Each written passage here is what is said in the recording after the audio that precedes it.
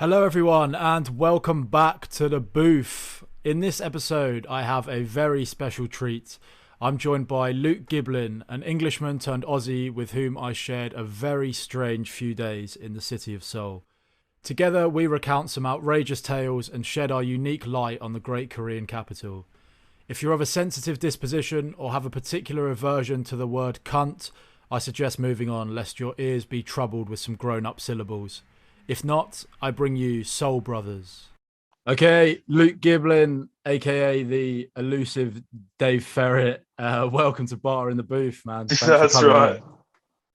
Thank you for having me all the way from sunny Brisbane. How we Yeah, doing? this is well, we've had one in Hong Kong before, but and one from the UK. So yeah, nice to keep it It's international. very cross national, isn't it? Yeah, it's good. That's good. And it's Good to be on it, man.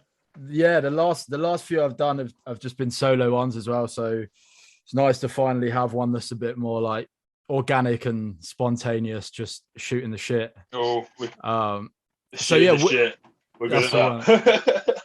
So we met in Seoul at the end of what was it, Yeah, 2019? it was 2019, right before all this shit hit the fan. Yeah, right Right, but before yeah, the world between got fucked up.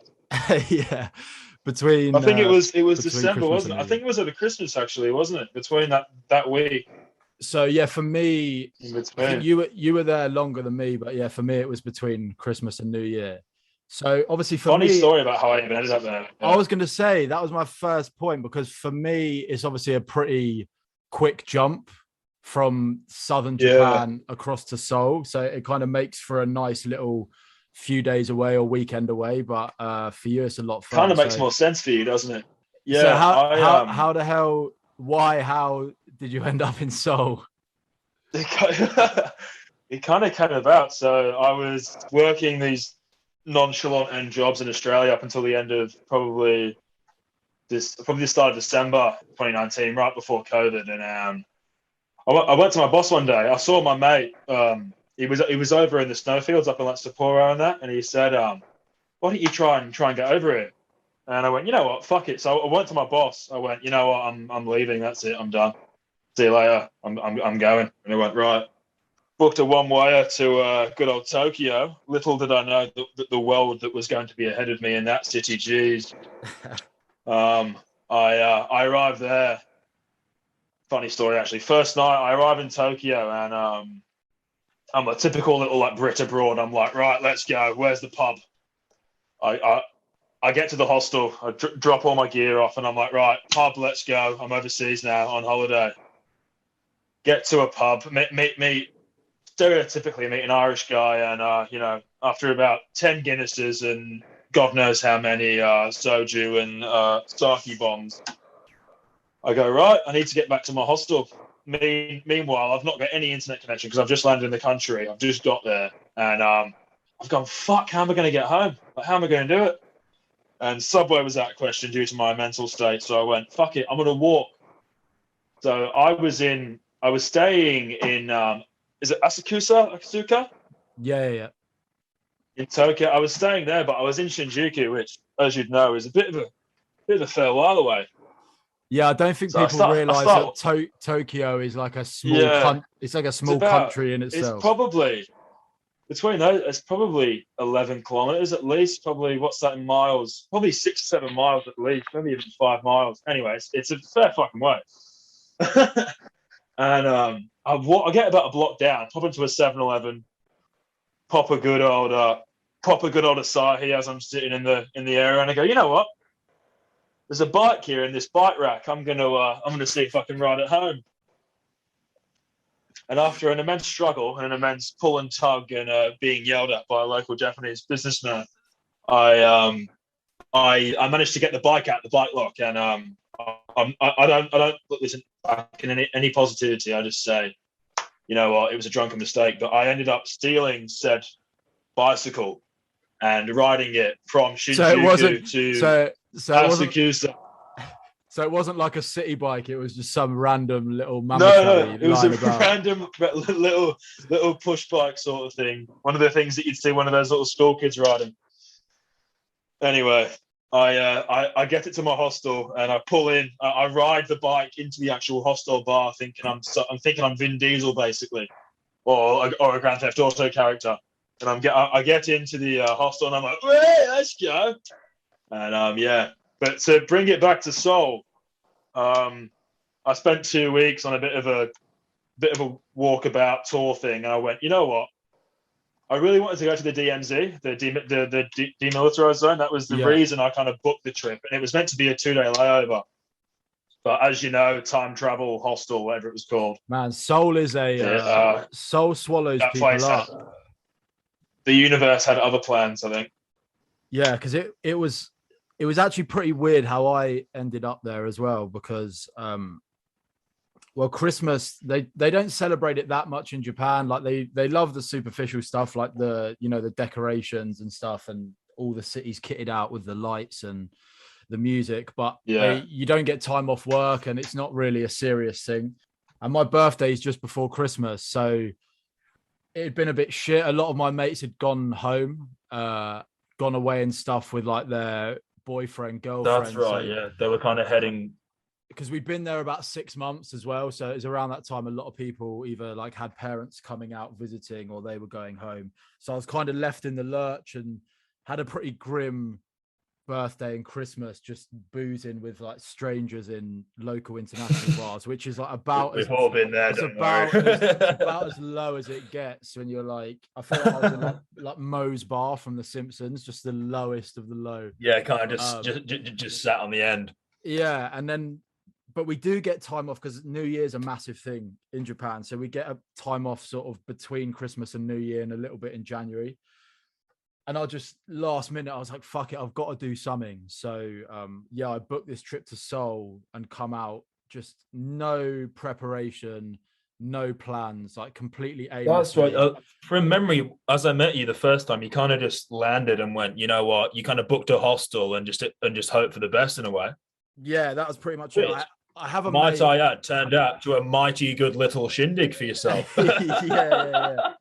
I'm trying to work out if it was like the best decision or the worst decision I've ever made, but we'll get into it. All I remember is the very first night that we met, we all kind of in the hostel, you know, as backpackers do, like get to a hostel bar and kind of just like get it going. And then remember we ended up having a massive night at one of those uni international bars, and then you ended up falling asleep in was it a KFC or something around the corner? Yeah. I came to at about 4 a.m. being like shaken awake by this like 75-year-old man in a sporting the Colonel. Just like slapping me awake, thing as well. Because this KFC was about not even a block away from the hostel. It was just up at this small little hill. Yeah, I must have fell asleep there on my first night. I fell asleep on my first night there as well. Yeah, I don't know. It's one of those things where I felt like I was a lot further away. I thought we were in like the center of Seoul, but it turns out we were, less than a mile. No, it was notorious. I ended up, I fell asleep there on my first night, and I ended up getting in a cab because I thought we were miles away. Yeah, I thought it was a giant maze, or the whole of Hongdae, that district of Seoul. And I get in a cab, and he takes me. He does a U-turn, goes up the hill, and then drops me off. And I go, "Thanks, mate." We're not even talking a 2-minute cab ride.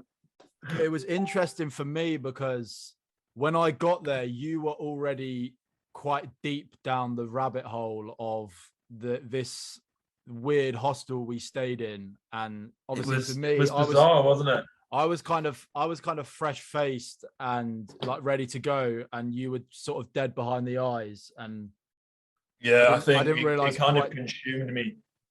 Yeah, it was. Well, let's talk a bit about that hostel we stayed at, because it was called like, what was it called? It was called, I looked up before, it's called Time Travelers Hostel, and I was wondering when I arrived there why it was called that, but because anyone that's ever stayed there will understand why. It's a fucking time warp, mate. Yeah, well, you told me, I think when I got there, you told me that there'd been a couple of guys who had just left who had planned to stay a couple of nights and then ended up doing like 10 days there. Two Aussie guys that I was friends with before you arrived. They were actually meant to be there for a layover. was only meant to be like a day, maybe 2 days, and they ended up being there for like 2 or 3. I think it was almost 2 weeks at one point. Yeah, Just because you just lose all lapse of reality in that place. I think, especially being there over Christmas too. I think as a Westerner, as you know, being in like an Asian country, it was you're kind of all for it, but then I think I arrived on Christmas Eve, which was a weird dynamic. I was obviously coming from Japan to Korea is quite similar in terms of culture and technology and all that kind of stuff, but I really was kind of taken back with the crazy nightlife of, nightclubs opening up at 8 o'clock in the morning rather than anything even closing down. I think that's one big difference between the two is, I mean, I don't live in Tokyo, but Tokyo, there is a lot of, it does have good nightlife, but Seoul's particularly around like Shibuya and those kind of areas. Yeah, but in Tokyo. But fuck yeah, Seoul's just another level. And as I've said, like to this day, I don't think I've ever had nights out quite like that to that extreme, and I don't think I will unless I go to Berlin for the next 4 or 5 years. But yeah, but I was going to say it's bizarre in a good way. Yeah, but definitely glad I didn't do longer than I did because I think it would have fucking killed me, man, if I did any longer. But I ended up doing a week, and I say that I've not been the same since in terms of my ability to consume as much alcohol. Yeah. Or smoke. Everyone smoked. I never smoked so much before until I went there. It was like 4 packs in a day. It was just common. It was like every time I took a street corner, I was lighting one up. Yeah, it's cheap and it's easy done. It's easily done in Japan as well because so many places you can still unlike in Australia, man. Yeah, but I was saying like it's a canny business model, the hostel, because basically what they do is pump you full of cheap booze, then you go out till like you say 8 in the morning or whatever. You come back to the hostel, you wake up in the middle of the day and you're like, shit, I can't leave today. I've got to extend. I've got to extend my stay for one more night. And then night rolls around again and you're back in the bar and it just rinse and repeat. Hence the term time travelers. Yeah. Kudos to its name, eh? Yeah. I mean, I was meant to be there, as I said, 2 nights, and I ended up staying there a week. And I only booked a flight just because I thought that city would have consumed me. Yeah. I don't know. You definitely have to go there to understand what we're on about, but yeah, and I remember you on the last night basically having to like force yourself with every bone in your body. Like, I've got to get out this hostel because until I'm out this hostel, I won't get home. Speaking of that last night, speaking of extreme motherfuckers, do you remember that Irish guy? The Irish Jew. Do you remember that? I was trying to conjure that up before this pod started, and I was like, what actually happened? Do you remember that shit? Yeah. So that is a story in itself.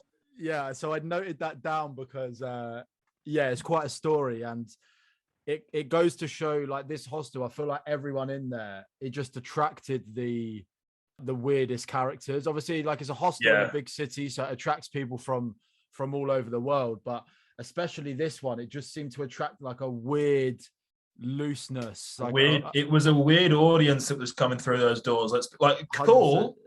Yeah, some super nice people, but also some super strange people at the same time. I made some good mates in there. A few Aussie guys that I still speak to now, but and especially Tom. Do you remember Tom that we're talking about? Yeah. He English guy. Yeah, he's my mate now. He's in Brisbane. But apart from that, they were pretty grand and pretty ordinary in terms of who we're about to discuss. This. So when is it? I think this Irish. It's our last. It's actually our last night. I remember now. So. Yeah, it was both our last nights, yeah. And we'd obviously been hitting it pretty hard for a few days, so weren't completely like cognitive. And these 2 Irish guys, pretty big, pretty intense Irish guys, obviously just landed, like full of energy, come into the bar. Straight out of Dublin, basically. Yeah. Like just come into the bar and immediately are just like, let's hit this hard. We're obviously there feeling pretty worse for wear, like nursing. Yeah, I was there when I was in the hostel when they checked in, and they were really sound guys. Like they were cool. very talkative and just saying blah blah blah, where you're from, where you're doing, what you're doing this. And one of them was quite scrawny in stature, like probably only about 5'8", but the other one was like Dolph Lundgren from Rocky IV, I think. He was a big boy, absolute mammoth, like Ivan Drago to the pelt. He even had the same haircut as well. Like mammoth of a guy, short back and seemed friendly, and then had probably a quarter of a bottle of soju, and then just turned into an absolute cock, basically. That was a. So when they came into the bar, it was obvious that they were just like on a rampage. Like they were dead set on just getting leathered as quickly as possible, which is fair enough. Because like I say, when you first land in a city and you're in holiday mode, that is kind of number one on your priority list. But these guys just got so hammered, but quickly turned into just the most confrontational, aggy fuckers you've ever met in your life. And the thing is, all the people I don't want to be stereotypical here, but he reminded me of when that time I went to Dublin when I was 18 of going into any kind of city, not regional pub, but like city-based kind of Dublin area pub, and just the typical guy in the corner there. Not all of them, but he was very standoffish, wasn't he? And I always remember he kept shouting in my face 4 bottles at all times. So which basically meant like soju, which is like obviously the Korean liquor, and it's absolute rocket fuel, to be fair with you. Cheap and just dirty. And he was adamant on having 4 bottles. Four bottles at every point.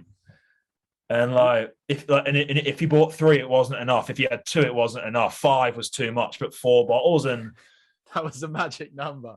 But soju's lethal because, like you say, it's rocket fuel, but it tastes like, I don't know, it tastes like fucking Haribo or something. Like it's the sweetest. It's like I compare it to like having a Vimto. Yeah, it's the easiest thing to drink, so you can just knock them back. It's so simple. But, it doesn't feel like anything, but but before you know it, you're on your ass. But so basically, I think the problem started was he bought 4 bottles of soju to put on the table. He started off no one, but he bought them like for the table. No one really wanted them, but he basically plonked these 4 bottles on the table and was like, "You are all drinking these with me now," and basically was just giving shots to everyone. Wouldn't take no for an answer. And the thing is, what you realize pretty quickly in Seoul is that because the clubs are open till like 10 in the morning, you have to pace yourself. And I'm pretty sure it was like 7 in the evening. And he's like, shot. And we were like, mate. It was very early. I remember we came in from a day trip and we literally like got back. And this is when it all happened and like went forward. And we were just like, I remember looking at you and I looked at Tom and we just went, what in the actual fuck is occurring right now? Because I remember saying to him, like, mate, we're not going to the club until midnight. Are you telling me that you're going to do shots? Are you telling me that you're going to do shots for the next 5 hours? And then it's like, no, it's just not going to happen. But anyway, so he forces these 4 bottles on everyone, and then basically is like, now you buy me 4 bottles, and everyone's like, no, like I don't want 4 bottles of soda. Yeah, he was right now. So then the big thing was basically like, well, I've bought you a drink and you haven't bought me one. So now there's a problem. And then from there, now there's an issue. And then I remember the worst thing was there was an American, I think he was either American or Eastern, like French Canadian or something. And he was there. He was American. I remember. That's right. Do you know what I'm talking about roughly? Yeah. And he decided to be their little like lapdog. There was probably 9 Australians there. So obviously Australians go everywhere up until the shit hit the fan started last year.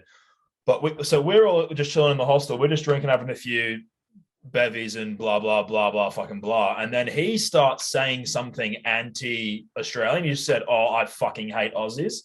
Yeah. And then I was like, "Yeah, fuck off, mate." But there was a guy, my mate Aman there, and he was Arabic Australian. So his parents were Arabic. And he started giving it the whole go back to your own country and all this kind of shit. And then that's when it all kicked off. And it was kind of like, do you remember those old Dragon Ball Z promo? Do you remember the old Dragon Ball Z video game where it was like one side versus the other? It was like Piccolo on one end, his clan, and then like Piccolo, Vegeta, and it was like Krillin, Goku, Gohan on the other. It was a very standoffish across the table. Yeah, I mean, quick. There was a very quick divide that came about, and the thing is, as well, is very quickly. The guys you were talking about as well were the least confrontational, like friendliest, nicest guys. Absolute, yeah, chill zone to the max. And this guy was just like set, very relaxed people on picking a fight with someone. But if the problem is as well is I've realized being my size is you basically are in the National Guard when you're my size, because whenever you're in like a public situation and some sort of hostility kicks off, everyone's like looks at me. How like, tall are you? You're about 6'4", aren't you? 6'5"? 6'5", yeah. Yeah. I'm 6'2", so we're both quite big blokes, yeah. But exactly, and this guy is, like you say, he's pretty big. He's pretty physically intimidating. He's getting pretty aggressive with people. So I kind of did my best to quell it and sort of calm it down a bit. But if you remember as well, there was that other guy who just arrived, that Australian guy, and he was fucking massive. Yeah, he was. So he turns out we have connections, me and him. His cousin went to my high school, and they're a very, very not famous, but kind of notorious rugby league family. Like he played like professional rugby league, right? Yeah, like we're talking solid big unit from the North Shore of Sydney. Like we're like you don't fuck around with that kind of cunt. But yeah. Oh shit! Like I just sworn. Sorry. Oh mate, no. Go ahead. It's actively encouraged on Barter in the booth. Yeah, good. But anyway, that Irish guy was big, but this Australian guy was like a different kettle of fish. He looked like he eats fucking house plants. He wasn't the tallest, but we're talking. Yeah, he was solid. Anyway, to move forward. They were very aggressive and very kind of angsty and very in your face. So they all kind of. But they were only, if you notice as well, like they weren't picking on me. They weren't picking on this big Australian fucking lumberjack motherfucker. But they're like, he's picking on all the like smallest guy in the room guys. Kind of thing. Yeah. Yeah. I remember we kind of got him to fuck off, and the manager came out, and it was a bit confrontational. And then they all went out, and then. Me, after this point, I ended up doing the 4 bottles of soju and basically inhaling it by that point. Yeah. Do you remember when we all went upstairs, went into his room, and everyone started going through his shit because we all fucking hated him? Yeah. Do you recall that? I don't really remember. But what I remember is those Irish guys, they like went into the room, and it's like a shared room, 10-person room or something, and they properly trashed it. Yeah. And didn't they like piss on? That's what I mean. That's what I'm getting to. Yeah. So they fucked up the whole bedroom dorm. We ended up going through his shit. Someone ended up fucking nearly burning his clothes. Someone pulled two of his t-shirts outside and his passport, and was trying to. Who was it? It was one of the Aussie guys. They're trying to burn his passport. And I'm like, mate, I know he's a cunt, but you can't burn his fucking passport. Like. I wish I filmed it. He literally had the lighter under the front 2 pages and we wanted to set it alight. And I'm like, mate, do not fucking do that. It got so fucking Lord of the Flies, that hostel. But wasn't it those Irish guys, they like pissed on people's bed. Like it got weird pretty quickly. One of them pissed one of the beds, and then they pissed I heard, I don't know how true this was. One of them took a shit either in the middle of the common room of the hostel or by one of the toilets, like not in the toilet, but by it. Yeah. I don't know how legitimate that claim is. I might have to follow that up. But yeah, in a nutshell, they were absolute disgrace to the human race. Let's be honest. Yeah. On the piss, I mean. But when they were sober, they were nice guys.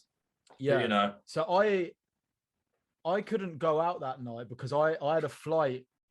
I had a flight at like in the middle of the night, basically. So I was having to. That's right. Yeah, you're on the red eye one. Yeah.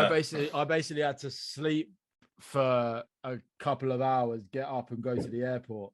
And but I remember basically everyone banded together and was like, those guys can't stay here tonight because they're such weird cunts. Like we don't want them in our room. They were because they were girls, strange. Yeah. There were like girls in that room as well, and it was like they were like it doesn't feel safe. Yeah, there was. It was a 10-bed dorm and it was mixed and it was all sorts of people in there. Like it wasn't just Aussies or Irish. It was like, Yeah. I think there was an Asian couple in there as well. It was homey, yeah, but yeah, they kind of came in and just ruined the fucking piece.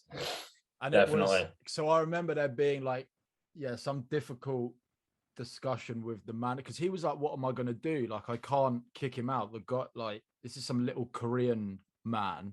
Yeah. He's like, I can't force the guy to leave. But I think everyone in that room just waited up for them to get back.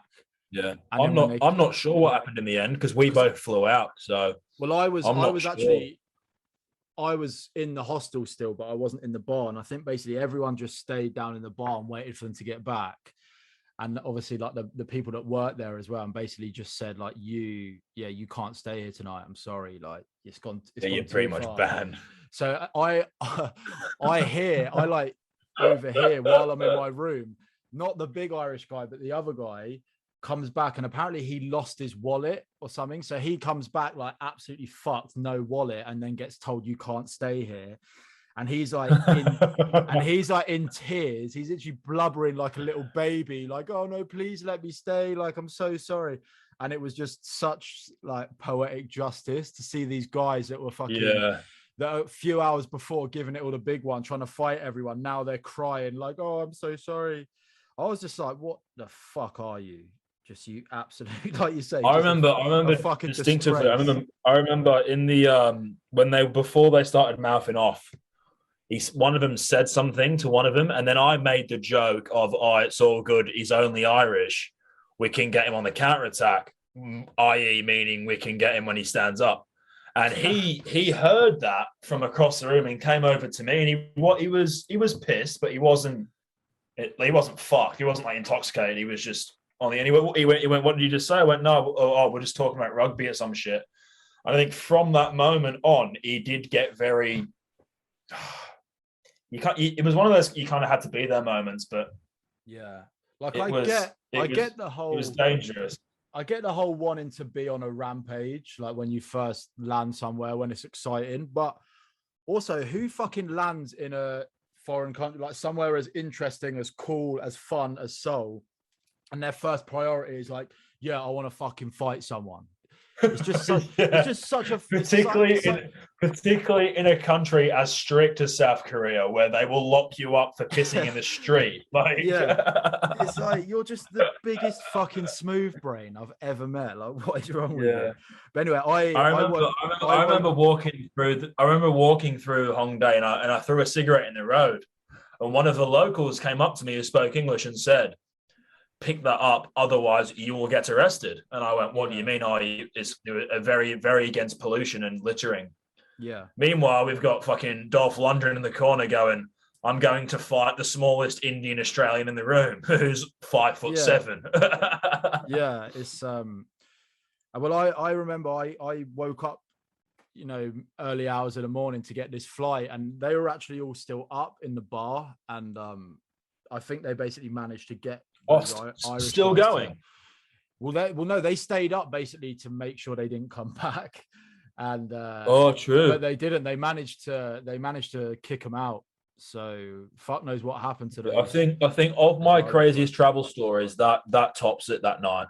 It was just how bizarre it was, and especially when you've been on it for that long, so you're already a bit, your brain's already started to go, and then to deal with that was it was particularly when it was our last night as well. We just wanted to kind of have like a really nice ending to the trip. Yeah, you end up having end on like a positive note rather than just some IRA looking motherfucker wanting to fight you, trying to shit in your bags. I'm just going to shit in the floor because I can. So I just remember. Anyway, we're making a mess of it chronologically, but like to rewind, I remember I think after that either the first night or the second night, maybe after waking up in a KFC the day after, we felt like it was our duty to at least do some tourist. Yes, I love that you bring this up now. Even though we felt like we were gonna fucking drop down dead. And the most wasn't it Christmas? Was it Christmas Day we did this, or was it no? Because I came after that? I came a bit after. It might have been around the day before New Year's, maybe. I think it was. It was like because I'd done some. Yeah. Because I think first day I went on my own. I went to like the big palace. I can't remember the name of it, like in the center, which is like really cool, really impressive. But then the next it's day, all right. I mean, the next day we went to the cat cafe, or like the animal cafe. Yes, and the that meerkat cafe. That was one of the most awesome, surreal experiences of my life, because I was that was fucking sick. One of the anyone that listens to this or does anything, if you ever get to go to Seoul, forget the monuments, forget going out. Hongdae Meerkat Cafe, it is the best. But go when you're not having like acid trip fever dream hangovers, because like I honestly that on day some David Bowie plane. It was one of the worst I've ever felt. Like I was just floating through life feeling like a costume of a man, and suddenly I find myself sitting in like a boiling hot cramped room full of animals, and honestly I felt like I was tripping out. I felt like I was having a fucking panic attack. I remember there's a video I've got on one of my Snapchat stories, and basically it's a meerkat on like a spin, like like a hamster wheel. It's a meerkat on a wheel, and it's you kneeling down next to it, poking at it, going, "Keep going, come on." And it's just doing laps on this wheel. And honest to God, it's one of the funniest fucking things that pops up on my memories. I tell you, you've never like tripped out when you're having. Well, this is what happened to me. You're having this existential crisis, like this internal battle with yourself. I didn't know if I was coming or going. Like I was in a horrible state, and I'm going through all of this, like feeling like I'm going to pass out. I look just to the right of me, and no word of a lie, there's a fucking kangaroo standing next to me. Yeah, that's right. An actual and it's like something out of a I remember going up to the one of the vets that was in the Meerkat Cafe and asking, like, as an Australian, how she was allowed to bring this into the country. At one point. Yeah, but that's probably the strangest way. It was good. That was a very, very surreal experience, as you said. It was, again, I think the best trip that we took though was when we were in that club till I think it was like 7 or 8 in the morning, that dance karaoke joint.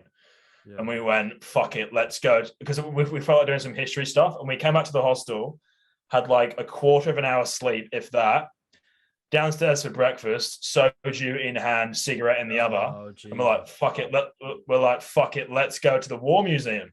Yeah, because that was on my list. That was one of those places where I'm not going to come to Seoul without seeing it, because not do it. Yeah, I'd heard it was pretty spectacular, but again, was just in absolutely no state of mind to be able to comprehend the wrong state of mind to appreciate any of that. I don't think I could have like functioned a yo-yo, let alone comprehended. And then, do you remember? I don't know if you recall, but I had that beanie, and it had a marijuana leaf on the front of it. I don't know if you remember that. Do you remember that? Yeah, I do. It was so shit. And I found it in a rave when I was in the Netherlands back a year or two before that, and I was wearing it around Seoul off my fucking tits, just walking about with it. And then you're like, you should not be wearing this in this country. I mean, and I'm like, no, that'd be fine, mate. Come on. I mean, we talk about those other guys being scum of the earth, but on those few days towards the end, I was just not human. Yeah, it was a very existential being. I think I've spent that whole month of my overseas, because then let's not forget I went to the Philippines after that, which was like Korea, but a quarter of the price, and you could get away with a lot more. So yeah, like when I was in the Philippines for 3 weeks after that, and that was great. I don't know how you made it out alive, man. Like it's on my list. When I was in Hong Kong, obviously I did most of like East Asia and Southeast Asia, and obviously being in Japan as well, done a fair bit of traveling. But the Philippines is the one man. place Philippines. I Honestly, haven't been able to get. I did New Year. I did New Year there. Yeah. 2019 over to 20, and possibly one of the best nights of my life. I ended up arriving there, and a guy I met traveling, we call him Karate Chris because he looks like Daniel's son, basically. He's 30 odd years old, but literally looks like Daniel's son from the original movie. Yeah. And he even wears a bandana when he goes for a walk. He's a bit special in a good way. And I meet him. I land at like 4:00 in the morning, Filipino time, from Manila, transfer to Cebu, which is an island off the coast of Manila. And he's in the hostel straight away. We meet him. He's like, "Fuck it, do you want a beer? Because you can get a beer anytime." We're like, "Right, let's go to the hostel bar." We start drinking at like 7 a.m. And 3 or 4, he goes, "Bro, I've got this tab if you want it." And I'm like, "What is it?" He's like, "Oh, it's acid." And I'm like, Jeez. "Right, we're on it now." We're not in Korea anymore. No, and then gives me. We end up doing the acid at about 4, probably 8:00 in the morning, and then craziest thing was he tells me afterwards, "Oh, by the way, in Korea, not in the Philippines, if you get caught with drugs, you get shot on the spot." And I'm like, "Oh, thanks for telling me that now, Chris." So as you can imagine, the worst 8-hour trip of my life. Yeah, what a way to set someone up for a fucking horrible time. Straight at the start. But anyway, we survived. Yeah, man, I don't know how you did that because Seoul finished me off, I think. But let's talk a little bit about we should probably say something constructive about the museum, the war museum, because it's pretty fucking impressive, right? It's pretty spectacular. Yeah, it was good. I do remember just like given our state of mind, but quite distinctive with the few of the memorials that were there. They were very interesting. It's particularly, when because you learn about the Korean War through things, but until you actually go to the country and understand what actually went on. Yeah. Firsthand.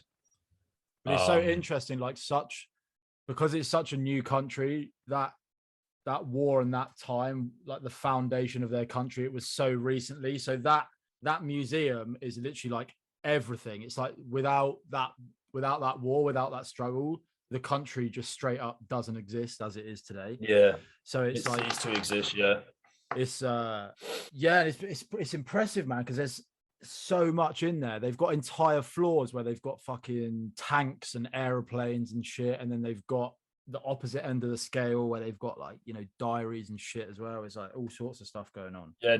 Then there's the traditional ancient Korea part as well, where they have like the old like robes and like swords and all that kind of like ancient artifacts and like memorabilia. Yeah. It's it was it's definitely the best museum I've ever been to, hands down. It was definitely nice to balance out the looseness with at least a tiny bit of like tourism. And some actual like constructive traveling doing what normal people do rather than just finding a pub. Basically existing in like a 1 mile stretch of Hongdae between the hostel and the fucking nightclub, between Thursday bar, the 2 7-Elevens and the hostel. And let's not forget the KFC. Yeah, the pillar of the community, the KFC. I feel like I'm so close. It's just shit with all the quarantine stuff, because when I really want to go back and actually do it a little bit more constructive. Have you been to Australia? Have you were you planning on coming out here, or no? You've not been to Australia? I haven't. I've been to most continents. I think South America and Australia are the last two I've got to do. And it's funny because I have so many mates in Australia and New Zealand. It's a big thing, like in my hometown, because to get into Australia, the best way to do it is to be a tradesman. And in my hometown, because it's not a particularly sort of affluent area. So everyone in my hometown just becomes tradespeople. So it's really easy. Tradies, yeah. It's really easy for them to get to Australia. So everyone, like pretty much most people I know between the ages of like 20 and 25 are in Australia or planning to go to Australia or That's in the astounding. process That's astounding. of moving to Australia. Whereabouts? Whereabouts? You're from London, yeah? Whereabouts?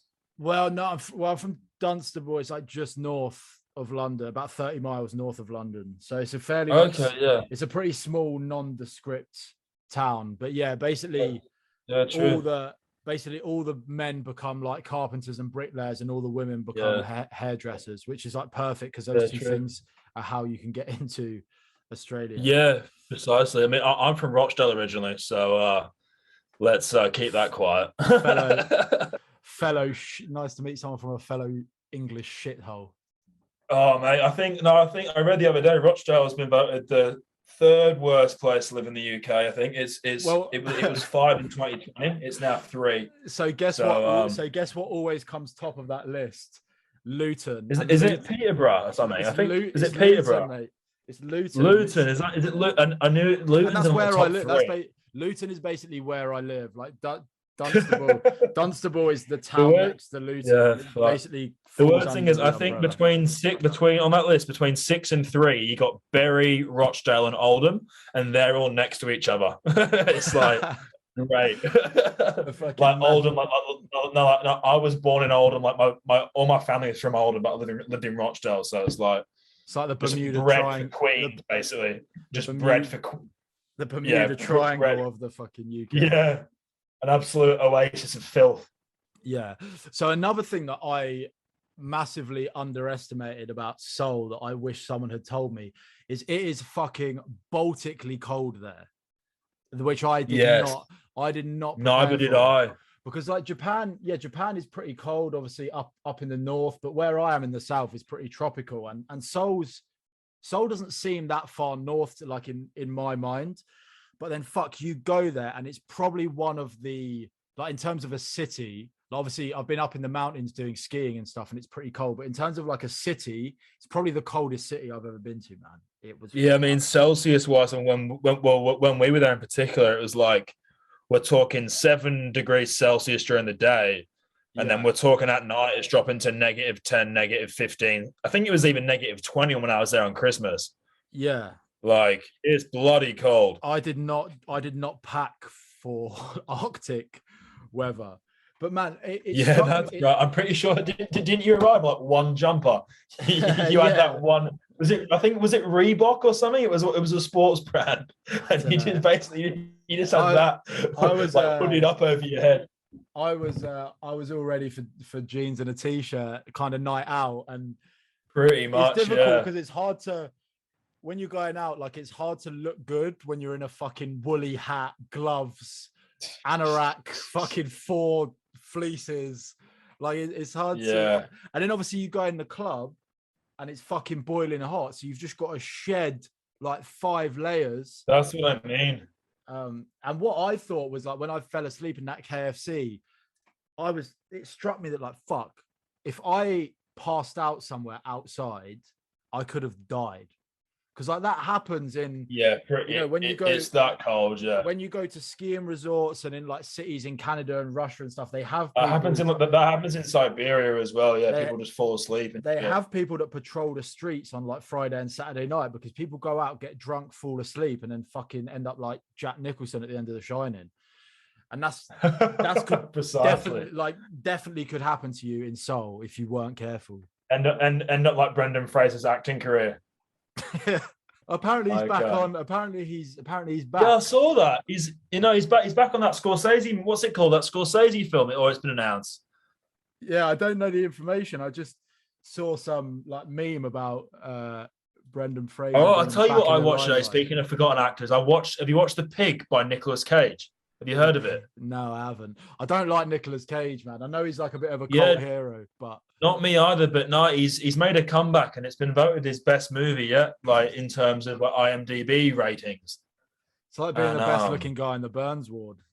Yeah. But it wasn't bad. I wouldn't watch it again. But given his last movie was Ghost Rider in 2012. Yeah, Apparently the reason he does all these shit films is because he bought a load of castles and got into loads of debt and couldn't pay them off. So that's why he does all these horrific movies. Sounds like Adam Sandler, how he has that contract with Netflix and he just has to continues to pump out absolute shite, and then just hires all his mates. So I've just remembered about coming back from Seoul. I said I was bad in the cat cafe and in the and when we went to the museum and stuff. But honestly, I don't know if I ever told you about this either because it was after I'd left. But the journey back, like to the airport and the flight home, was the worst experience of my life. The morning of your flight, yeah. Yeah. So I got up, I'd like barely slept for days. Obviously, like been out on the booze. And it's like, 4 a.m. or something. And I have to like get on this train to the airport. And I'm so bad that I have to keep getting off the train to vomit in the fucking train station toilets because I'm so ill. And how many stations are we talking? And I have to fucking it happened twice at least. And because it's quite a long train journey to the airport. It's a fair bit. It took me by surprise. But it's fucked because I'm literally on this train. I go like 3 stops and I just can't hack it anymore. I've got to jump off the train, like sprint, go through the barriers. I'm paying to do this over and over again as well because I'm having to like scan my card or buy another ticket or whatever. And just on this train, the whole time just feeling like I'm gonna pass out, basically, just like feeling so horrible. And then I get to the airport and I'm waiting for my flight and I've never had a panic attack, right? But in this airport, I think it's the closest thing I've ever come where I was like... It's a nightmare, that airport, mate. Is it Ichiwan International Airport? Is that what it's called? Yeah. It is a fucking shit show, that place. I've never seen an airport where there's 4 queues just to check in. You have to queue up. Like, this is before COVID. 4 several times just to get to your check-in gate. Yeah. Like, it's fucked. And so imagine me, in the state I'm in, waiting in this queue for like hours on end. And again, I almost went to the medical bay to be like, I can't do this. Like, I'm sick. I need to go to hospital. Like, give me, like, sedate me, drug me. I don't know. Like, I was like, do something because I can't get on this plane. Like, I'm gonna have a fucking nervous breakdown. Yeah. And I think if it wasn't for having to catch that flight, and basically if I'd have missed it, I would have fucked myself even more. It was the only thing that kept me going. But man, because flying back, I think I flew back to Fukuoka as well, which is like a 2-hour bus. Fukuoka, yeah. That's where you flew back to, yeah. It's like a 2-hour bus or train journey from my city. So although it's only like an hour and a half flight to Seoul, the whole journey back is a lot of faffing around with it's a trek, buses and trains and stuff. And man, that is the most gruesome I've ever felt. So it's nice. Yeah, do you get the Shinkansen back to yours or not? I don't know. I think I might have got the bus because it's a lot cheaper. The Shinkansen's expensive as fuck. Yeah, I know. I remember when I was there. But it's funny that this whole time I'm getting Snapchats from you in a fucking like jungle hostel in Cebu. Meanwhile, I'm like shaking like a crackhead. That's right. It was Mad Monkey Hostel. It was called. Yeah. That place was fucking wild. It's one of those ones. There's hostels in every country. There's the one in Vietnam is called Castaways. Then there's the one in Cebu is that Mad Monkey, and it seems like everyone just like if you want to get loose, that's where you go basically. Yeah, Mad Monkey's massive though, man. Mad Monkey's all up the east coast of Australia as well. They are like they are like, imagine Weatherspoons but as a hostel. Yeah. Fuck, it's brutal. It's the equivalent. But yeah, it was nice. How is Japan though now, man? Is it good? Like, how's your city? How's your end? Is it decent? Yeah, it's good. I mean, it's weird. We've never really had any serious restrictions. So for most of this whole debacle, like This whole time, I've been better off than like the UK, the US, Australia. But now those, well, I can't really speak for Australia, but like the UK, apart from Australia, mate, let's not talk about that. The second coming. the UK, like the UK and the US have started to get their shit together, and Japan, like we're still stuck in this weird limbo period, like to and fro in, where they'll be like, it's been bumped up to level 4 threat. So now bars have got to close, and we're just constantly like yo-yoing in and out of different restrictions, and it's just getting fucking boring now. Like, so yeah, I was so done with it. Even though like they are rolling out I can imagine the Japanese people being quite compliant though, no? Like traditionally, yeah, it's weird because actually the government is not as sort of draconian in that they can't force people to do stuff really. Like it's not in the UK. There isn't much like enforcement. They can't really force businesses to close, and they you know, but the people in general are definitely more inclined to listen to authority and abide by it. And like kind of do the correct thing rather than exactly. And it's more about sort of social compliance and social awareness than like the government is going to arrest me if I do this, you know. So it's a different That's good though. It's a different system, but it's equally I'm still frustrating. I'm still straight set on in 2 years' time when I graduate. I'm working in Japan. I'm going to Japan. That's what I'm doing. You should, mate. I mean, I'll be gone. It's classic. Most people that come on Jet do the same thing, where it's like they say they're coming for 1 year. 1 year goes by in a flash, so 1 year turns into 2 years, and then if you're doing 2 years, you might as well do 3 years, and then so many people end up staying for like 4 or 5 years. But I was dead set on 2, and it was only really because of how Corona had like fucked up everything that I decided to stay put for 1 more year. So I'll be here till next summer now. But mate, especially now, that's all right. You've got like a teaching qualification and stuff. So once I get qualified, so when you go back to the UK, what are you going to teach there? Or no, what's your no.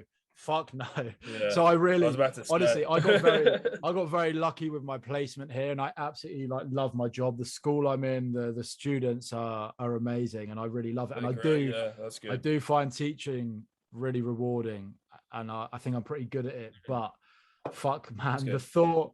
I just look back to my school days and how horrible me and my mates were, and I just think there's the thought of like a comprehensive teacher. Going back and just teaching in a normal, like going and just teaching in like a bog standard school in the UK, I think would just be horrible. Like I respect people that do it because it like I've got a few mates that are doing it, and again, I don't know, I've got a few mates that do early years stuff, which I think is good.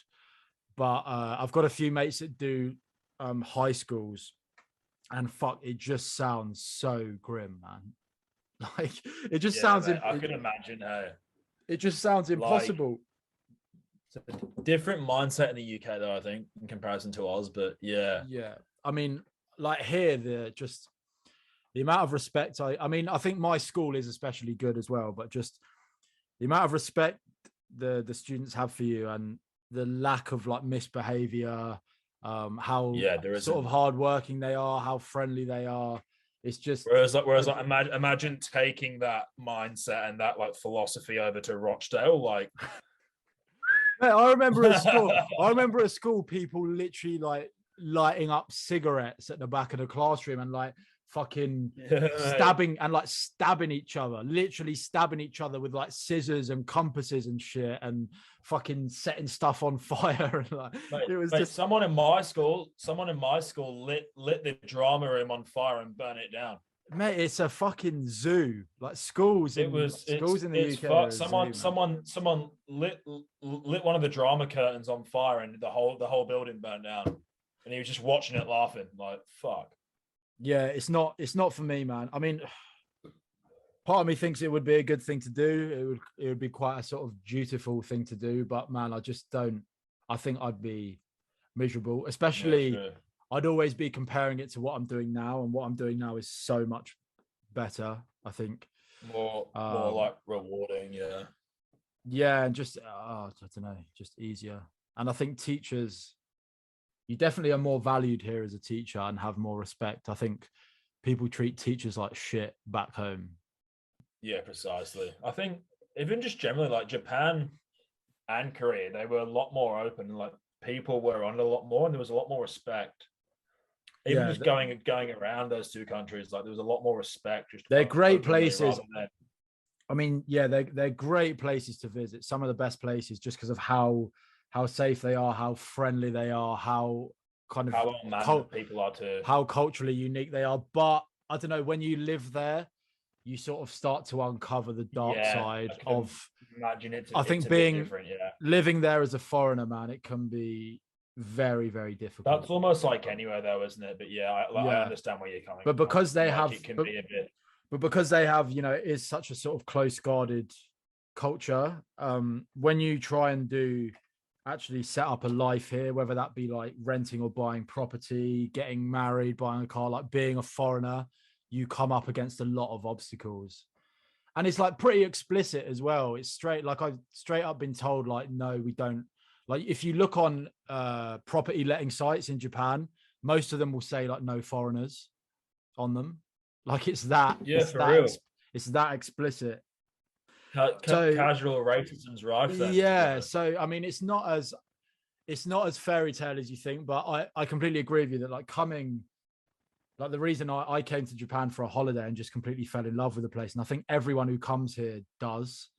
And they are incredible countries. And yeah, I'd urge anyone to visit them. But yeah, there are challenges. But like you say, I can't imagine it's as casually racist as Australia is, though. Oh, so there's an interesting thing I realized, right, is that you hear about like institutional racism a lot, right? So I can't really speak for Australia, but in the UK especially, yeah, there's definitely a lot of like on the street, day-to-day racism, people using racial slurs and stuff. But I actually think institutionally, there's not a lot of it. Like, I don't actually think schools are racist, or the health system or the legal system or the civil service. I don't think they're racist. But in Japan, it's like the flip side. It's the complete opposite. Yeah, cohort-wise, I think it's good. But yeah, I don't know. Australia's a different breed, though. I mean, let's be honest. It's the complete opposite in Japan, though, in that you'll never get on the street racism, like base level. Like, I'll never have people coming up to me and like saying racial slurs, or people saying, go back where you came from. I'll never get that kind of racism or xenophobia. But the institutions, like I say, when you want to try and get a job or buy a house or, get citizenship or residency or anything, then you realize that there is a lot of racism built into the system. So it's funny to like always hear about how the UK and America are like institutionally racist, systemically racist, when actually I feel like Japan has that a whole lot more. But people don't realize, because on the surface, that's kind of a good thing though, because like in Australia, like if you are foreign, like even me being English in Australia, they go fuck off, you pommy cunt, which ironically is funny, because POM in itself stands for Prisoner of Mother England, which is like the term like euphorically used in Australia. Yeah. And yeah, it's just ironic. But yeah, I definitely think if you're up for it, working in Japan, especially if you come on jet, is well worth it. I think you'd get so much out of it. Like, yeah, it's not without its challenges, but then I think emigrating anywhere is always really difficult. But I think you'd have a fucking great time if you came on here. I'm definitely considering it, but time will tell. And obviously the whole pandemic thing might come into effect, but hopefully by then it might maybe iron itself out, but we shall see.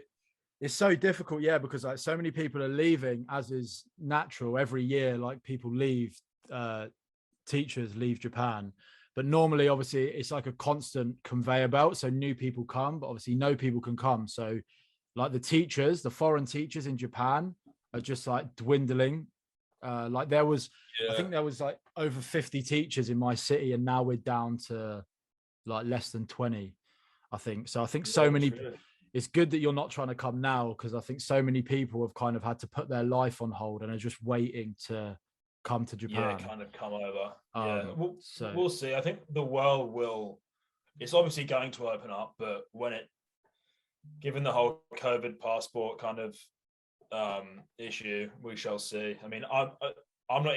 I don't think we're not even vaccinated yet. So you just can't predict. Countries are behind. You just can't predict it, man. I remember thinking, like when I went back last Christmas, like I say, my brother's getting married in October, and I remember thinking, there's no way in hell that we won't be back to normal by the time my brother's wedding rolls around. And then, yeah, you know, it's just like it's just a thing that's going on, but it's a month away now, and lo and behold, we're still caught up in it. So, yeah, I wouldn't. Are we? Yeah, is it 2 years now? No, sorry, 18 months nearly. It's over 18 months. Yeah. Since it really came out, like it gets me down. Yeah, it's so grim thinking about it. But anyway, yeah. So I mean, I'm curious. I was curious to know, like, before obviously you're in Seoul for a fair few days before I even got there. I was curious to know, like, what you were getting up to, and if you like saw any more of the city, or if you did any other, like, if you did any cool shit, or if you were just honest, mate, you were just slamming back soju. I think I was there maybe not that long, maybe 3 or 4 days before you even arrived, and my initial intention was to go out and experience and do the tourist stuff, but be a culture vulture. Given the colloquial time travelers hostel, I just didn't get any chance. I ended up meeting these 2 Aussie guys, which were, one of the guys was hands down, still to this day, the craziest cunt I think I've ever met in my life. Like, he was like, there's Wild, there's fucking Evil Knievel, there's fucking Liam Gallagher, and then there's this guy. Like, we're talking, he was crazy. So I don't know, man. Soul attracts that sort of person. I feel like, in a way, doesn't it? Because there's quite a big thing of like going to Seoul to teach as well, or going to Korea, and I feel like Seoul is for people who are too loose to be in Japan. People that are too strange and too fucking crazy to survive here, they go to Seoul, because in Seoul you can kind of get away with it a bit more. Did I tell you that night? I think it was the night after you. It was one of the nights that you didn't come out. I went out with Aman and Maurice, who are the 2 Indian Australian guys. And I went to this nightclub. I got that fucked up. I broke into the VIP area of this very famous nightclub in Seoul. God knows what it's called now. Very like esteemed place. Broke in, jumped onto the VIP booth, took a bottle of Jaeger, and then just downed the whole thing in front of this Korean guy, and then just walked back to the crew. You've got quite a penchant for robbery when you've had a few, isn't it? Yeah, but by the sounds of it on that trip, yeah, I think just like, given to what you can get away with in that country in comparison to like Australia or the UK, like, it's a different world. But I kind of like those places. Well, maybe not. Maybe the situation with those Irish guys speaks to the contrary, but it's just, I feel like when you go out in Australia or when you go out in the UK, there's always an underlying thing of like, it's going to kick off. Someone's going to want to fight me at some point during this night, because that was basically my experience the whole time living in the UK. Was like, every night out, it's like at some point someone's going to get in my face and want to fucking fight me. Whereas like, you go out in Japan and you go out in Korea, and there's just such a nice, like, it is quite a safe place in a way. And there's just such a better, like, there's just such a better atmosphere of like, people are here to have fun. There's not as much chest beating and dick measuring, other than when there's like 2 groups of foreigners. I love that. When there's 2 groups of foreigners, then it just makes me think that, like, we're the worst. Like, we're just the worst tourists ever, because we just turn up to these gorgeous, like, cultural places and just act like typical kind of. I think that's just Brits abroad, though, mate. I mean, obviously you saw all the Euro footage that went on recently in the whole Wembley fiasco. I think just Brits on the piss, no matter where they are in the world, it just ends up in utter carnage. I know, but the funny thing is, there's no rhyme or reason to this. But like, when I see it going on in Spain or Greece or something, I don't really care. Like, it kind of makes me laugh. But when I see it in Japan or Korea, I'm like, whoa, guys, you've gone too far. These places are actually nice places. Stop trying to smash them up. Like, when you see 2 lads from Birmingham shouting "It's coming home" through an alleyway in Tokyo, it can get a bit too far. You're just like, it's just the fucking worst. I actually hate meeting foreigners in Japan. It's and most of the traveling I do, I hate it. Like when I went away, especially now I live here, because now I've lived here and I've lived here for 2 years and I'm settled. It annoys me because when I travel to a new place, people assume we're tourists. The local Japanese people think we're tourists, which is fair enough. And other tourists treat us like tourists. And I just hate it because obviously when you're in that hostile environment and everyone's trying to meet people and make friends, it's like, yeah, fair enough. But like when I go on holiday with my girlfriend and we're in a bar and like you just get these packs of foreigners that are like, hey man, where you from? Come and drink with us. And it's like, no, I don't fucking want to. Like I haven't moved. Yeah, I haven't moved all this. That. I haven't moved all this way to like hang out with fucking. You haven't come all this way to meet with someone from Luton, basically. Yeah, to meet someone from Luton on holiday. In a nutshell, mate. That happened to me when I went to Thailand as well. Actually, it was quite funny.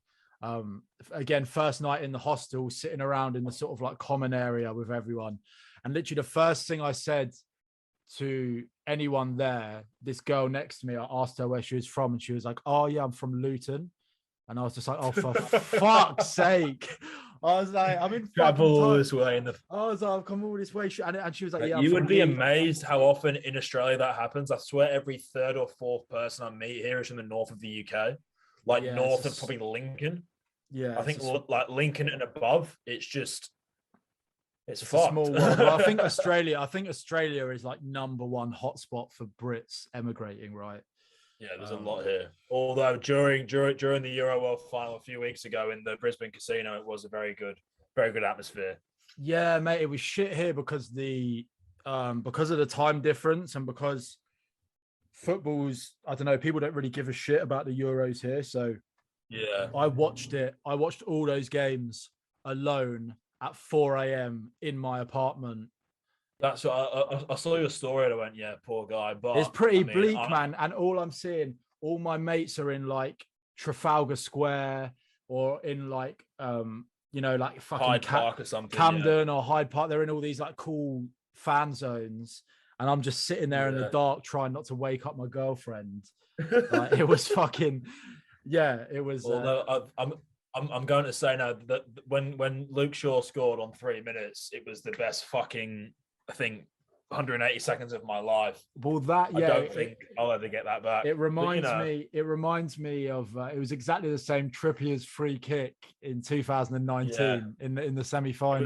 It was like that, but more though. I think because it was a final too, and it was at home. It was like, fuck, we've got it now. But then it was all typical Southgate set up with his 17 right backs. Yeah. Including fucking Marcus Rashford. Oh man, yeah, it was all set up to be the fucking perfect fairy tale ending. It was funny because I was having to go to work after, and I kind of reined it in on the other games because I had to go to work like a few hours after the game. For the final, I was just smashing like coffee and whiskey the whole way through the game. And I was like, I was kind of semi-binned by the end of it. And then had to go to work, and I was all ready to go to work. I was going to wear my England shirt and I was just going to have like the funnest day ever with all my kids just talking about football and stuff. Instead, I went to work and was just the grumpiest bastard you've ever met. Yeah, I bet. I was like, people were coming up to me and they were like, "Oh, how do you sensei? Ingurando soccer," and I was just like, "Shut the fuck up! Don't talk to me." I was like, I don't want you, Japanese child. Yeah, I was like, you don't understand. That was like me too. What I've been through. That day, yeah, because kickoff Australian time was 5 a.m. and the only place that was showing it live was the casino, and we got there at 11 p.m. that day, so we had 6 hours of drinking before kickoff even started. So like, by the time it comes around, it was the same in the UK. It was so funny. Like, it was, what was it? It was like an 8 p.m. kickoff, and there were people. I think it was 8 or 7 p.m. Yeah. Yeah, and there were people in the pubs at 9 a.m. Yeah, I was absolutely rickrolled by the time it came out. I could barely stand up, to be honest. But funniest thing is because it was 5 a.m. By the time the game finished, it was like 8 a.m. Monday morning in the center of a city. So like, we're walking out of the casino, and I remember turning to my girlfriend going, "Why is there so many fucking cars on the road?" And she goes, "Oh, because it's the CBD at the center of the Brisbane." I went, "No, it's fucking not. It's bullshit." And then I remember just going to like the local 7-Eleven, just passing out in the corner there for about an hour before I managed to get home. It's honestly the worst, and that's part of the reason why that coming back from Seoul was so horrible, because it was around that time where everyone's going to work, so everyone looks so productive. You've got all these people in like suits going on with their Like day, suits, going to work, going to school, and then there's just me like Gollum in the corner, like wandering home, just like shivering and through the nothing, streets of Hongdae. and just nothing makes you feel like more of a scumbag than being. Do you remember like when, the when you and I went train. for ramen after one? I think it was the first night you were here, and there's a video on my phone, and you're just bending over the table, like the hands are behind your back, and your face is just over the bowl, just going, "Fuck." Where? Wait. Is it in Seoul? It's in Seoul, yeah. Mate, I have ramen. zero recollection of that. So food wise, one of the mornings after it, I think. I have to track down that video and send it to me. I'll use it as I'll use it as the like thumbnail for this episode. No, sorry, it wasn't. I think it was Korean barbecue actually. It wasn't noodles. It was Korean barbecue. Oh, I remember that. Yeah. That's good. But like your face is everyone in the bowl's going, "Fuck this." So I remember obviously Korea is like really famous, even in Japan. Like Korean food is massive, and all my friends love Korea, and they're always like, "Oh, Korean food." So obviously, when I went, I was really looking forward to like getting stuck into some Korean food. And I think the only actual proper Korean meal I had was on the first night at that, when we did that like pork barbecue thing on the Friday night. Oh my God. Yeah. Do you remember that day? I say that now. I've never gone out for dinner and been more and just got pissed. Yeah. Do you remember that? With the owner of the hostel. I was sat next to you. Yeah. It was Tom there as well. That was a great little start. The funny thing is, like, the trip started so well. I was like, oh, this is going to be a really like fun but civil experience. Little did I know, within about an hour, it had fucking degenerated into like Lord of the Flies. That was mental. I remember like the owner of the hostel was just pouring, because soju is taken from a shot glass in Korea, and like he was just pouring it into the glass and just making you down it every time you had like a bite to eat. It was brutal. I think I must have went through about 4 bottles. I must have gone through the magic number. 4 bottles. Yeah, but I remember everyone always talks about like the Korean fried chicken and like how amazing it is, and like I've had it since, and it is your only experience with that is that it's pretty fucking spectacular. And I remember like with you in the middle of Hongdae, like going to a Korean fried chicken place, and Korean fried chicken, it comes in like massive portions. So I remember it's huge. We order, and I get this like platter, and it must have like 20 pieces of fucking like fried chicken on it. And any other time, any other day, I would absolutely demolish that. And I remember taking one bite and being like, I can't eat this. And I literally fucked the whole plate off. I barely ate any of it. And it was just, and then the one other meal we got, I remember by the museum, we got pizza. That's right, the margarita pizza. Yeah, and I was just like, how fucking scummy are we that we come to Seoul and we eat fucking shitty pizza? Do you remember when I got a Heineken? I got a Heineken in a bottle, and you were like, "No fucking way!" And I was like, "Yeah, come on." Fuck, man. All right. Nothing like getting. That seems like a world away now, though. Yeah. Nothing like getting boozy before going for a stroll around the War Museum. Yeah. When in Seoul. Remember that photo do you remember that photo you and I got with that gorilla? Yeah, you need to send me that. I want to use that as the like social video media. now. Yeah. Have a look at that. Yeah, mate. Ping that to me. I'll use that as the I will. as the social Use that as a media cover. Mate, clip. that is a class photo. Absolute dreamboat. Mate, we I feel like we need to go back. We need to do like a 2.0 trip. Yeah, that's but Australia's cut all their like we can't travel internationally until next year now that they've announced till January 2022. So fucked. And I heard a mad one as well that if you're an Australian and you live abroad, if you come back to visit Australia, they're basically going to keep you there. They won't let you leave again. That's true. Yeah, that's true. Yes, that's the law that changed recently. I think it's from the 11th of this month. So even if you're like a resident, even if you're a resident of a different country or you've got like dual nationality, if you're a citizen, say you live in, I don't know, wherever you live in Japan, yeah, you fly back for a funeral, you fly back for a wedding, and you legally can't leave. They're keeping everyone in. It's fucked. How is that? Because like people leaving is not the problem, right?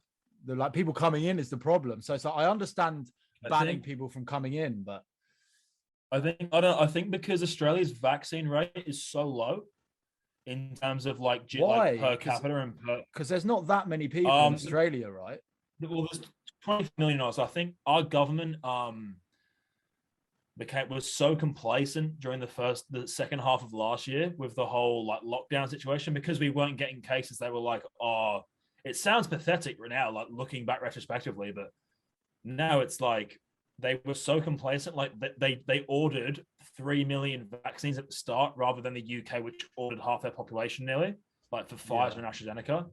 So now, given the whole lockdown, the Delta variants come through, it's an absolute shit show. Because I think we've got 15% vaccination right now, like nationally, whereas the UK is 60 million population, has half theirs, but they got 50%. Like it just doesn't make any sense. Yeah, man. Fuck, I feel for you, but I mean, Australia, I guess. All right. Can you travel pretty freely within Australia, or is there a lot of restrictions around that? So the state near mine, so I'm in Queensland right now, and New South Wales, which is the state below me, the border's closed. Fuck, can't even drive there. So yes. The crazy, I've got mates that live on the state border, so you've got like towns north of the border and towns south. Yeah. And if you go over the border, and the border's not much, it's like a gate. Like picture any border in the world. It's like that. There's nothing's been shown. If you go over and you come back without the right paperwork, you have to do 14 days quarantine. Well, that's fucked as well, because you must have a lot of people that like live in Queensland but work in New South Wales or vice versa. Yeah, a fair few friends that do that vice versa stuff. Yeah, because it's literally like going down the road. That's how close it is. Yeah, and it's so fun. Like I understand I understand banning international travel, but stopping citizens from being able to move like in their own country, that's like must be pretty unprecedented, right? They have loosened it now with the whole there's a permit system. Like if you're in a region, you can cross over. Yeah, like given the right circumstances. But I think because Sydney's government have handled COVID so badly at the start, they were like, oh, it's not going to affect us because we're Sydney, we're far away from anywhere else in the world. And then, but bam, Indian stream straight into anal. Yeah, anal fuck the shit out of Sydney. It's not good. Oh, but, man. It's a shame. Hopefully, because with the whole, like, I'm in my last year, and although it's still pretty far, Japan is obviously so much closer to Australia than the UK close, is. Man. Yeah, it's like a 9-hour flight, which for Australia is fuck all. And like I say, I've got mates all over Australia, and I probably would have come, but I don't know the likelihood if you tried, you probably still could get a visa for like a working, functional, proper visa. Well, no, I only mean like for a holiday. Oh, it's like for like vacation, yeah. Yeah, but I think that's different, yeah. Yeah, the likelihood of that happening in the next year is probably pretty slim. Very slim, mate. I don't know. It's hopefully once we get vaccinated and it gets back to normal, we can open up because everyone wants to come to us, I've heard. So Yeah. You know, we'll see. I still want to go traveling again, but we'll see. Anyway, Mate, I'd have you seen love the Man to. City flag? Have you seen the Man City flag in the corner here? There we go. I've not had my camera Yeah. before. Nice. Yeah. I bet you're fucking buzzing at the moment. Oh, you know what? I mean, I watched the game yesterday, the Community Shield final, and we were all right. I mean, the fact that we got Grealish for 100 million is a bit of a joke. Well, that was what I was talking about. And then Pep's claiming that he spent 40, and it's like, no, you spent 100. Did he didn't play for City yesterday, did he? No, he came on at 65th minute, but he did fuck all. But I mean, it's the first game. What would you expect? Like, I think he's sick. Don't get me wrong, but I wonder if he'll flop at City. Yeah, I was thinking that too. I was like, because if City need to replace anyone, it's replacing like Aguero. Yeah. And in the world, who have you got? You've got what? Haaland, Kane, Lewandowski at a push, but he's getting old. So, Haaland or Kane, you've already spent 100 million on a guy that would play in Sterling's position anyway. You need someone, and we got. We'll see. If you sign Kane, it's just taking the piss because money will ensue anything. But yeah, but mate, maybe next year, if you can travel, we should do a little rendezvous in a halfway point. Maybe a little Bali, of course, Bali or Philippines or something. Of course, if that's possible, we shall. Because definitely, mate, it was good fun. So I tell you, like, I feel like we've shed quite a negative light on it. I mean, it was all like self-induced, but actually, it's a really cool fucking place, and we had a lot of fun.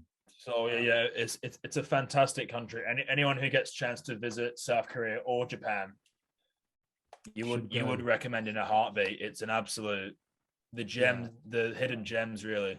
It's so much fun. Cool. All right, mate. So let's wrap it up there. I don't know how long we've done, but I feel like we've done a decent stint. I started talking. So yeah, cool, mate. All right. So thanks for coming on, man. Thank you for having me. I appreciate it. Hopefully I didn't swear too much, so we'll see how it goes. Nah, mate, it's fine. I'll welcome it. Cool. Cheers, all right, pal. man. All right, take it easy. Yeah, keep in touch, and I might see you on the end of this COVID shit side, but probably not because I can't. Let's hope so. Hope to see you in a mad monkey somewhere in Southeast Asia. That's the dream. Hopefully in the future, pal. Keep in touch, yeah. All right. In a bit. Take care, mate.